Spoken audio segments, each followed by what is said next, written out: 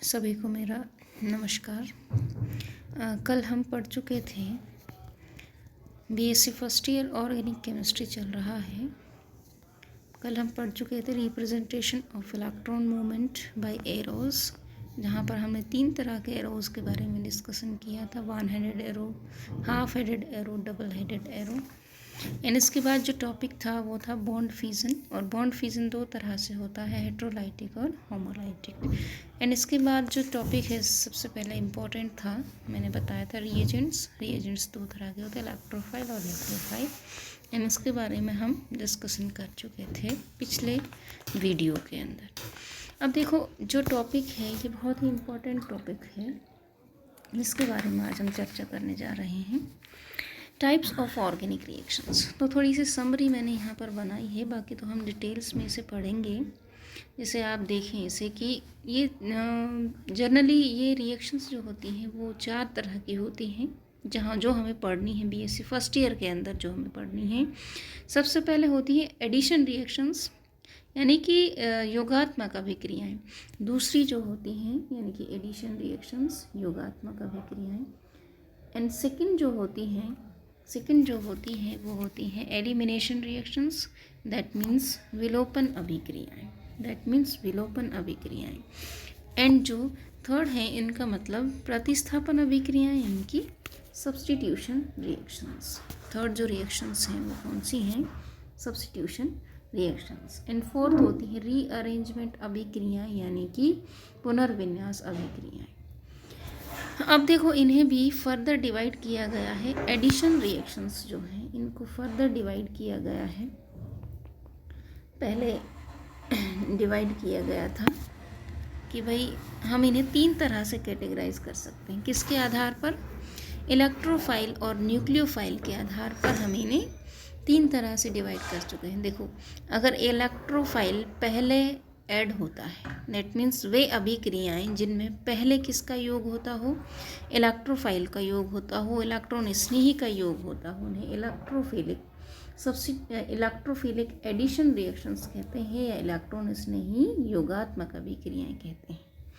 उसके अलावा nucleophilic addition reactions, इन्हें कहते हैं नाभिक स्नेही योगात्मक अभिक्रियाएं, यानी कि जिन अभिक्रियाओं पहले कौन योग करता हो? पहले न्यूक्लियोफाइल जुड़ता हो, यानी कि नाभिक स्नेही जुड़ता हो। फिर अगर इन दोनों से भी काम ना बने तो तीसरी जो मैकेनिज्म होती है वो होती है फ्री रेडिकल, यानी कि कभी कभी फ्री रेडिकल भी यहाँ पर फॉर्म होते हैं। इस तरह से ये एंटी मार्कोनिकोव रूल के अकॉर्डिंग रिएक्शन होती है, और ये के ओनली HBr में होती है, पेरोक्साइड की प्रेजेंस में होती है। अब अगर हम देखें कि एलिमिनेशन रिएक्शंस, देखो एडिशन रिएक्शंस 3 तरह की हैं और एलिमिनेशन रिएक्शंस भी यहाँ पर 2 तरह की हैं, E1 मैकेनिज्म और E2 mechanism, E1 and E2। इसके अलावा अगर हम सब्स्टिट्यूशन रिएक्शंस की बात करें तो ये भी 3 तरह की ही होती हैं। न्यूक्लियोफाइल और इलेक्ट्रोफाइल के आधार पर ये 3 तरह की हैं, nucleophilic addition reactions, electrophilic addition reactions and free radical mechanism. इस तरह से हम बात करेंगे रीअरेंजमेंट रिएक्शंस, जैसे ammonium cyanate on heating give urea, ये एक रीअरेंजमेंट रिएक्शन है। तो इसके बारे में हम थोड़ा सा देख लेते हैं, फिर हम इन्हें डिटेल में पढ़ें। ये चार्ट के थ्रू मैं समझती हूँ कि आपको थोड़ा सा ये ज़्यादा यहाँ पर क्या आ रहा होगा, समझ में आ रहा होगा। तो हम करते हैं, एक एक को पढ़ते हैं। सबसे पहले हम लेते हैं एडिशन रिएक्शंस की ही हम बात करते हैं। तो ये देखो हमारी एडिशन रिएक्शंस।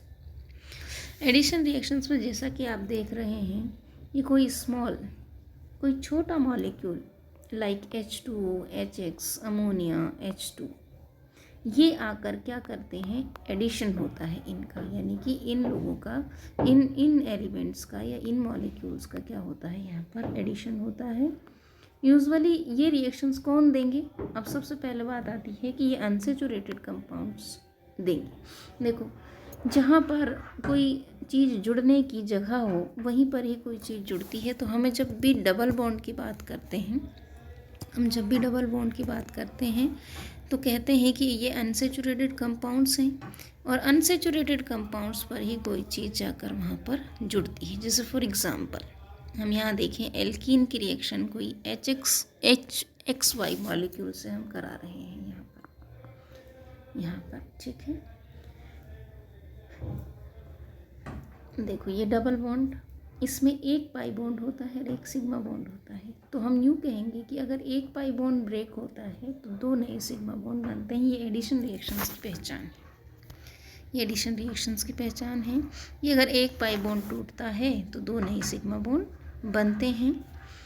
ऐसे ही अगर हम देखें ये यहाँ पर ये कार्बोनाइल कंपाउंड्स हैं, यहाँ पर भी इलेक्ट्रोफाइल न्यूक्लियोफाइल, तो इस तरह से यहाँ दो नए सिग्मा बॉन्ड यहाँ पर फॉर्म हो रहे हैं, दो नए सिग्मा बॉन्ड्स यहाँ पर फॉर्म हो रहे हैं।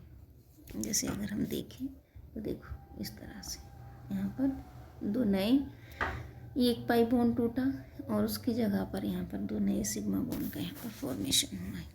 अब आगे हम चलते हैं कि एडिशन रिएक्शंस भी क्या आगे भी डिवाइड किया जा सकता है। यस, तो किया जा सकता है। Electrophilic addition reactions, nucleophilic addition reaction, free radical. अब इनको भी एक एक करके देखेंगे। तो ये सब हेडिंग हमने लगा रखी है इलेक्ट्रोफिलिक एडिशन रिएक्शंस।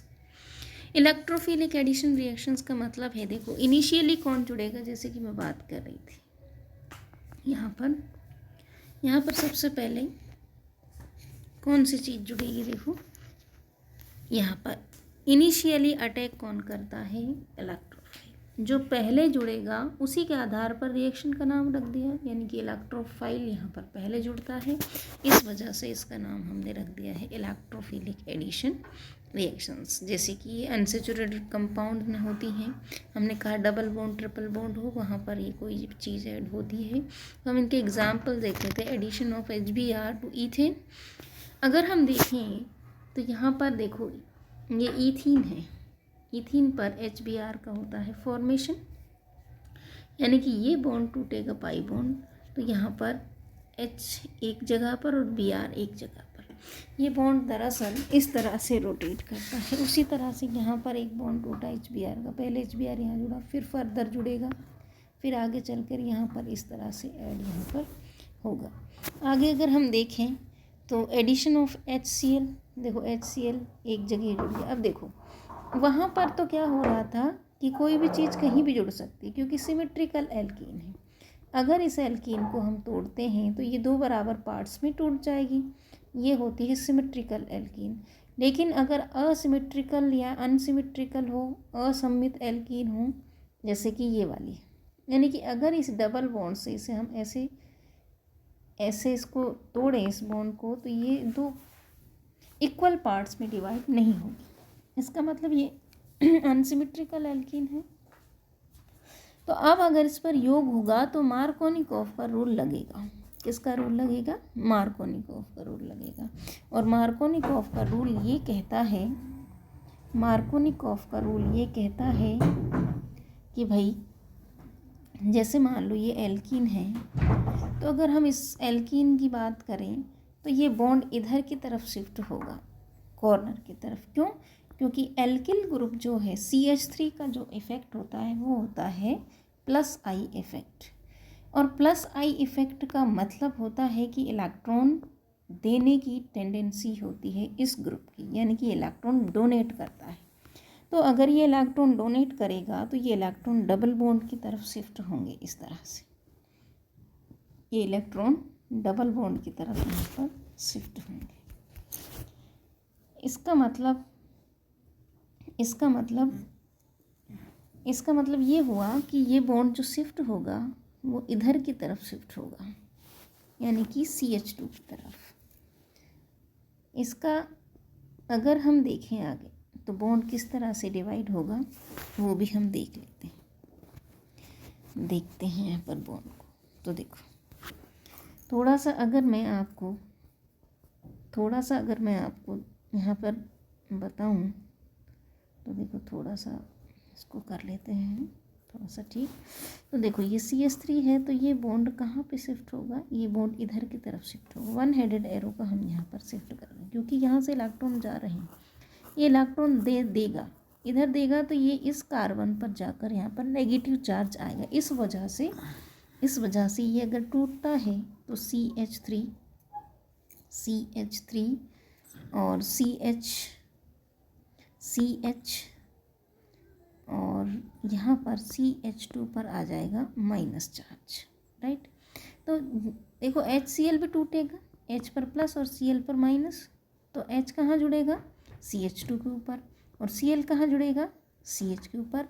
तो मार्कोनिकॉफ साहब ये कहते थे कि हाइड्रोजन आने वाला जो विद्युत धनी पार्ट है, दैट मीन्स इलेक्ट्रोफाइल है, वो वहाँ पर एडिशन होगा उसका, जहाँ पर हाइड्रोजन, जिस कार्बन पर हाइड्रोजन पहले से ही मौजूद होते हैं ज़्यादा। तो इसका कहने का अर्थ तो यही है कि भाई यहाँ पर जैसे आएगा तो ये नेगेटिव बना, तो प्लस वाला पार्ट तो यहीं जुड़ेगा ना, ठीक है। इसका मतलब हम यूँ कह सकते हैं कि यहाँ पर 2 डिग्री कंपाउंड यहाँ पर फॉर्म होता है, हेलो एल्केन।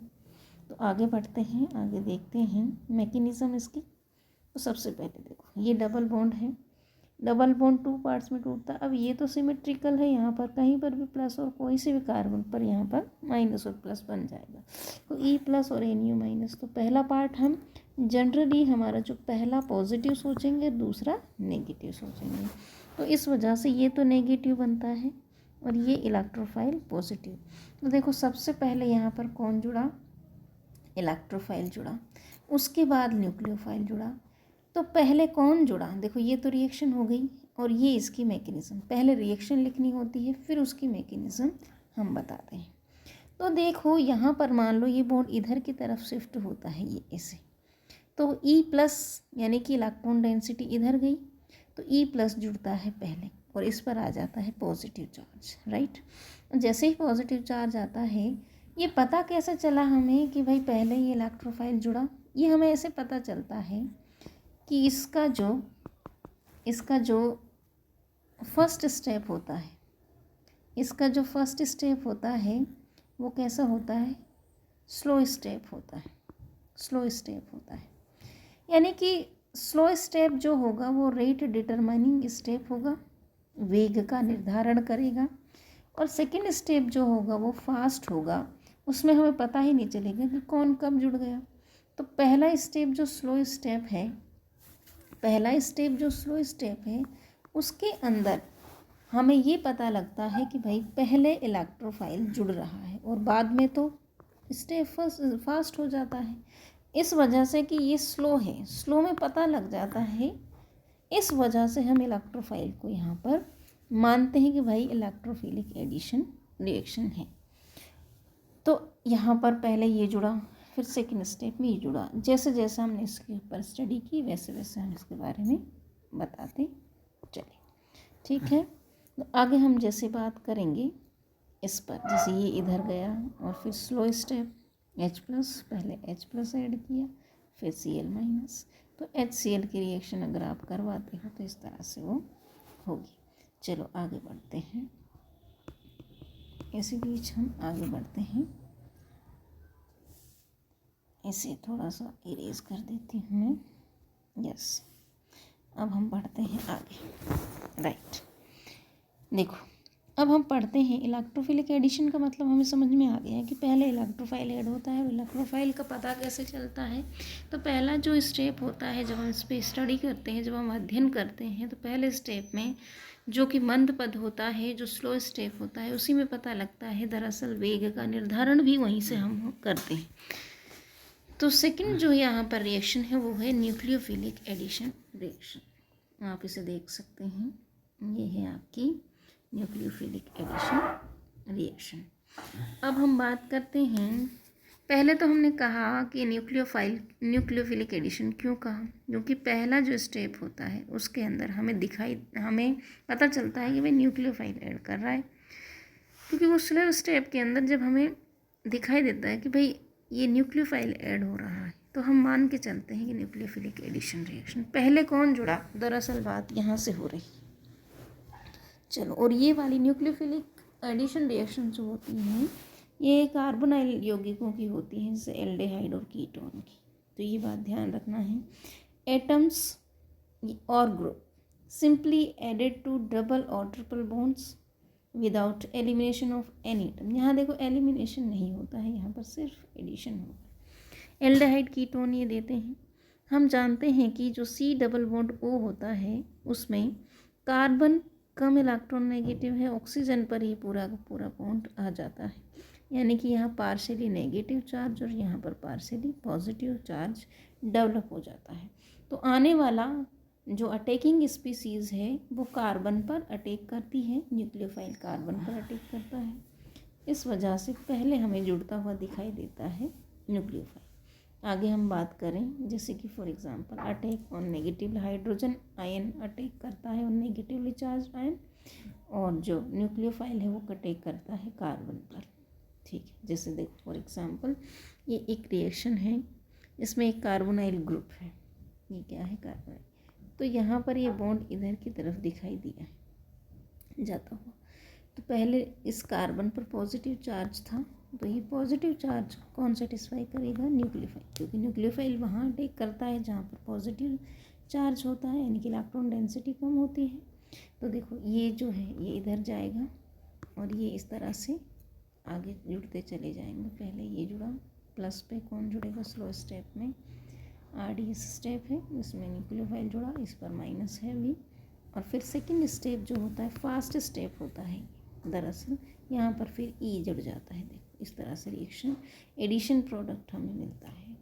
जब एडिशन रिएक्शन होती है उस वक्त जो प्रोडक्ट होता है वो एडिशन प्रोडक्ट कहलाता है। ऐसे ही अलग इस तरह से आप अदर एग्जांपल्स देख सकते हैं। अगर एसीटोन की या एल्डिहाइड की रिएक्शंस, एसीटेल्डिहाइड की या इसकी रिएक्शन हम करवा दें HCN के साथ, तो इस तरह से साइनोहाइड्रीन का फॉर्मेशन होता है। और मैकेनिज़्म अगर देखें तो देखो ये एसीटोन है, एक पाई बॉन्ड है, यस पाई बॉन्ड है, ये टूटेगा इस तरह से और यहाँ पर CN पहले कार्बन पर जुड़ जाएगा, फिर सेकेंड स्टेप में यहाँ पर जो हाइड्रोजन था यहाँ जुड़ जाएगा। इस तरह से साइनोहाइड्रीन, यहाँ पर एसीटोन साइनोहाइड्रीन का फॉर्मेशन होता है। अदर एग्जांपल जैसे कि इस तरह से NaHSO3 sodium hydrogen sulphide, sodium hydrogen sulphide, sulphide मतलब कि SO3 को हम क्या बोलते हैं, sulphide, sodium hydrogen sulphide, right. इस तरह से देखो ये दो पार्ट्स में टूटेगा, सोडियम पर प्लस चार्ज और HSO3 पर माइनस चार्ज। इस तरह से ये रिएक्शन हो गई है। चलो यहाँ तक हम देखते हैं वापस से एक बार फिर से कि हमने क्या क्या पढ़ा। हमने पढ़ा है, रिपीट करते हैं अभी इस चीज़ को। हाँ, हमने एडिशन रिएक्शन पढ़ी थी जिसके 3 टाइप थे और 3 टाइप में इलेक्ट्रोफिलिक एडिशन पढ़ लिया हमने। उसके बाद हमने पढ़ा है न्यूक्लियोफिलिक एडिशन। अब उसके बाद हम पढ़ने जा रहे हैं फ्री रेडिकल एडिशन। अब देखो ये मार्कोनिकॉफ रूल क्या था। मार्कोनी साहब ने ये कहा था इलेक्ट्रोफिलिक एडिशन जब होता है, तो सिमेट्रिकल एल्कीन में कहीं भी Br जुड़ जाए, कहीं भी H जुड़ जाए, कोई फ़र्क नहीं पड़ता। लेकिन अगर अनसिमेट्रिकल हो, जैसे कि ये इस तरह से, देखो हम इसे डिलीट कर देते हैं थोड़ा सा, ये यहाँ से, यस इसे थोड़ा सा यहाँ से करने वाले हैं, यस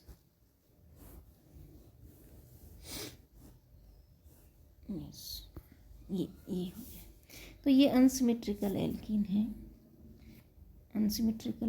है। यहाँ पर क्या होता है, मार्कोनिकॉफ साहब ने कहा कि जैसे HCl है, ये हमारा रिएजेंट है, तो ये 2 पार्ट में टूट जाएगा। एक तो इलेक्ट्रोफाइल में टूटेगा और दूसरा Cl-। इलेक्ट्रोफाइल का मतलब है H+ और Cl- का मतलब है नाभिक स्नेही। तो उसने ये कहा था कि जो आने वाला पॉजिटिव पार्ट है ना इलेक्ट्रिकली, तो वो वहाँ जुड़ता है जहाँ हाइड्रोजन पहले से ज़्यादा होते हैं। ऐसा क्यों होता है, इस बारे में चर्चा करते हैं। तो देखो ये जो चार्ज आएगा प्लस आई इफेक्ट है, इसके ऊपर माइनस चार्ज, और ये क्या है, एक तरह से H यहाँ पर जुड़ गया, माइनस यहाँ पर आता है। तो इस वजह से हम देखते हैं कि भाई यहाँ पर माइनस था तो H+ यहाँ पर जुड़ेगा, ये H प्लस है ना, ये यहाँ पर जुड़ जाएगा, और जो Cl माइनस है इस पॉजिटिव पे जुड़ जाएगा। तो इस तरह से 2 डिग्री हेलो एल्केन का यहाँ पर फॉर्मेशन होता है। अब आगे हम देखते हैं कि अगर यहाँ पर HBr हो, अगर यहाँ पर HBr हो तो भी यही रिएक्शंस होगी। जैसे मान लो यहाँ पर HBr होता तो भी यही रिएक्शन होता। लेकिन अगर हम कह दें कि HBr है और अनसिमेट्रिकल एल्कीन है, तो उसके बाद क्या होगा? अगर प्रेजेंस किसकी हो वहाँ पर? पेरोक्साइड की, तो फिर फ्री रेडिकल मैकेनिज्म यहाँ पर काम करेगी। इसे हम एंटी मार्कोनिकोव रूल भी कह सकते हैं, क्योंकि ये पेरोक्साइड की प्रेजेंस में होता है। ऐसा क्यों होता है? क्योंकि पेरोक्साइड पहले फ्री रेडिकल बनाता है, चेन को स्टार्ट कर देता है, जैसे ही एनर्जी ट्रांसफ़र करता है आगे भी उसी तरह से रिएक्शन होगी, यानी कि फ्री रेडिकल मैकेनिज्म के अकॉर्डिंग यहाँ पर रिएक्शन होती है। अब जैसे ये अनसिमेट्रिकल एल्कीन है, ये HBr से रिएक्शन करेगी।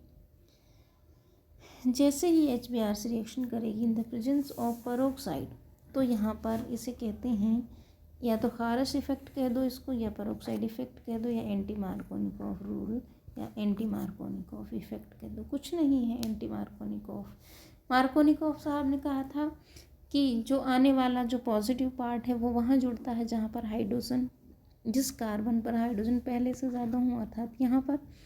लेकिन एंटी मार्कोनी मतलब उसका जस्ट उल्टा नियम, वो ये कहता है कि हाइड्रोजन वहाँ जुड़ेगी। एंटी मार्कोनिकोव ये कहता है कि हाइड्रोजन वहाँ जुड़ती है जहाँ पहले से ही हाइड्रोजन की संख्या कम होती है, यानी कि जस्ट उल्टा, कुछ नहीं, सिंपल। अब देखो यहाँ पर, वहाँ पर तो 2 डिग्री प्रोडक्ट बन रहा था, लेकिन यहाँ पर 1 डिग्री प्रोडक्ट बन रहा है। यहाँ पर भी बार इस तरह से जुड़ा है। तो देखो पेरोक्साइड इफेक्ट ओनली कौन शो करेगा? HBr। क्यों करेगा? क्योंकि देखो अगर हम P ब्लॉक में जाते हैं तो ये है F, फिर Cl आता है, फिर Br आता है, और फिर आता है आयोडीन। ऊपर से नीचे जाने पर अगर हम देखें HBr का जो बॉन्ड है, यानी कि H और F, इसके बीच में जो बॉन्ड होगा उसकी बॉन्ड लेंथ क्या होती है?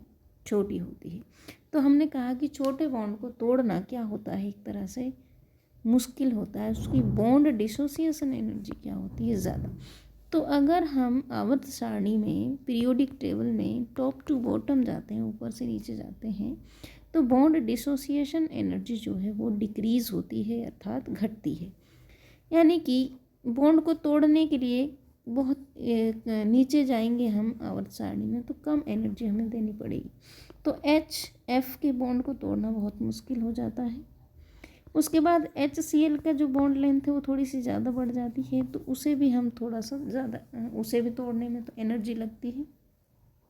अगर हम HBr की बात करें तो इसकी बॉन्ड लेंथ थोड़ी सी ज़्यादा होती है, यानी कि इसे तोड़ने में एनर्जी इतनी नहीं लगेगी, इजीली टूट जाएगा। और HI का बॉन्ड तो और भी ज़्यादा होता है। HI का जो बॉन्ड लेंथ है वो और भी ज़्यादा होती है, इस वजह से ये भी टूट जाएगी। लेकिन इसके साथ दिक्कत क्या है? I और I मिलकर I2 का फॉर्मेशन कर लेते हैं, यहाँ पर पेरोक्साइड इफेक्ट नहीं लगता, ठीक है। HBr जो है यहाँ पर ही ओनली ये दिखाया जाता है, क्योंकि इनके बॉन्ड तो तोड़ने मुश्किल हो जाते हैं। HF और HCl की ज़्यादा इसके लिए एनर्जी चाहिए होती है, पर जो HBr है इसका बॉन्ड आसानी से टूट जाता है। इस कारण से ये क्या करता है, इसी में ही इफेक्ट ओनली शो होता है, या यही ये एंटी मार्कोनिकोव पेरोक्साइड इफेक्ट को शो करता है। चलो इसे थोड़ा सा इरेज करती हूँ मैं, इसे इरेज करती हूँ। चलो ये देखो, ये हमने यहाँ से इरेज कर रहा है इसको। चलो ये इरेज कर देते हैं इसको थोड़ा सा, हम इस तरह से ये कर दिया हमने इसे इरेज। चलो नेक्स्ट, अब इसकी मैकेनिज्म देखते हैं। देखो CH3 CH2 CH2 HBr से रिएक्शन किया, इसमें 3 पद लगेंगे, 3 स्टेप्स लगेंगे। जैसे ये रहा, सबसे पहले होता है चेन इनिशिएशन स्टेप। अब जो देखो सबसे पहले चेन इनिशिएशन स्टेप है, इसका मतलब है चेन को स्टार्ट करना, श्रृंखला, इसका मतलब होता है श्रृंखला स्टार्ट करना, मतलब कि इस तरह से प्रारंभन पद। तो अगर हम देखें यहाँ पर, देखो कि यहाँ पर जो एच बी आर से रिएक्शन करता है कौन, एल्कोक्सी रेडिकल, यानी कि पहले स्टेप में फॉर्मेशन होता है किसका, एल्कोक्सी फ्री रेडिकल का। जब ये आर और ये मिलकर, देखो यहाँ पर होता है ये, तो या तो हीट की फॉर्म में करवा दो ये, या फिर करवा दो आप इसकी फॉर्म में। डिलीट कर देती हूँ थोड़ा सा ये इसको, यस यहाँ से यस। जैसे ही हम यहाँ पर बढ़ते हैं तो सबसे पहले जो पेरोक्साइड है वो हीट को लेकर होमोलाइटिक बॉन्ड फिजन करता है, यानी कि इक्वली यहाँ से बॉन्ड टूट जाए और फ्री रेडिकल का फॉर्मेशन होगा। अब ये फ्री रेडिकल क्या करता है, अपनी एनर्जी को देगा किसको, एच बी आर को जैसे ही एनर्जी दी, इस एच बी आर को जैसे ही एनर्जी दी, यहाँ पर भी होमोलाइटिकल, जैसे देखो एक होड़ चालू हो गई, एक होड़ जैसे कहते हैं ना, कंपटीशन होने लग जाता है कि ये अगर होमोलाइटिकली टूटा तो ये भी होमोलाइटिकली टूटेगा, कोई ऑप्शन यहाँ पर नहीं है और दूसरा, ठीक है। तो इस तरह से जैसा पेरोक्साइड कर रहा है उसी को ही कॉपी कर रहा है H B R. That means ये भी होमोलाइटिकली बॉन्ड को अपने को तोड़ रहा है। ये क्या करता है, एच बी आर से टकराता है और अपनी एनर्जी से दे देता है। तो एनर्जी जैसे बढ़ती है तो वैसे ही स्टेबिलिटी कम हो जाती है और इसका बॉन्ड भी उसी तरह से टूटता है जिस तरह से यहाँ पर टूटा था। तो यहाँ पर देखो एक तो बी आर रेडिकल बना, एक एच रेडिकल बना जो कि इससे मिला। तो पहले इसमें होता है आर ओ एच का फॉर्मेशन और बी आर रेडिकल। अब ये बी आर जो रेडिकल होता है ये छोटा है साइज़ में, थोड़ा सा छोटे हो, जितने छोटे रेडिकल्स होंगे उतने ही ज़्यादा अच्छे होते हैं। अब दूसरे स्टेप में चैन प्रोपगेशन स्टेप, यानी कि चैन का संचरण करना, चैन को आगे बढ़ाना, यानी कि दूसरे स्टेप में हम सीधे सीधे कह सकते हैं कि प्रोडक्ट का फॉर्मेशन कर रहे हैं। कैसे, देखो ये जो बी आर रेडिकल बना है फर्स्ट स्टेप के अंदर, ये क्या करेगा, इसको एल्कीन को एनर्जी देगा। तो हमको पता है कि बॉन्ड कौन सा टूटेगा, डबल बॉन्ड टूटेगा, होमोलाइटिक क्लीवेज होगा, आधा इधर आधा इधर। तो यहाँ पर ये बी आर के पास दो ऑप्शन होते हैं, या तो ये इस कार्बन पर जुड़ जाए, ठीक है, पहले वाले पर, या तो ये दूसरे वाले कार्बन पर जुड़ जाए, इस तरह से। अब हम यूँ कहते हैं कि जो अगर ये पहले वाले कार्बन पर जुड़ता है तो ये 2 डिग्री फ्री रेडिकल बनता है, यानी कि 2 डिग्री का मतलब है कि उस कार्बन पर फ्री रेडिकल लगा है जो डायरेक्टली 2 कार्बन से जुड़ा हुआ है, राइट।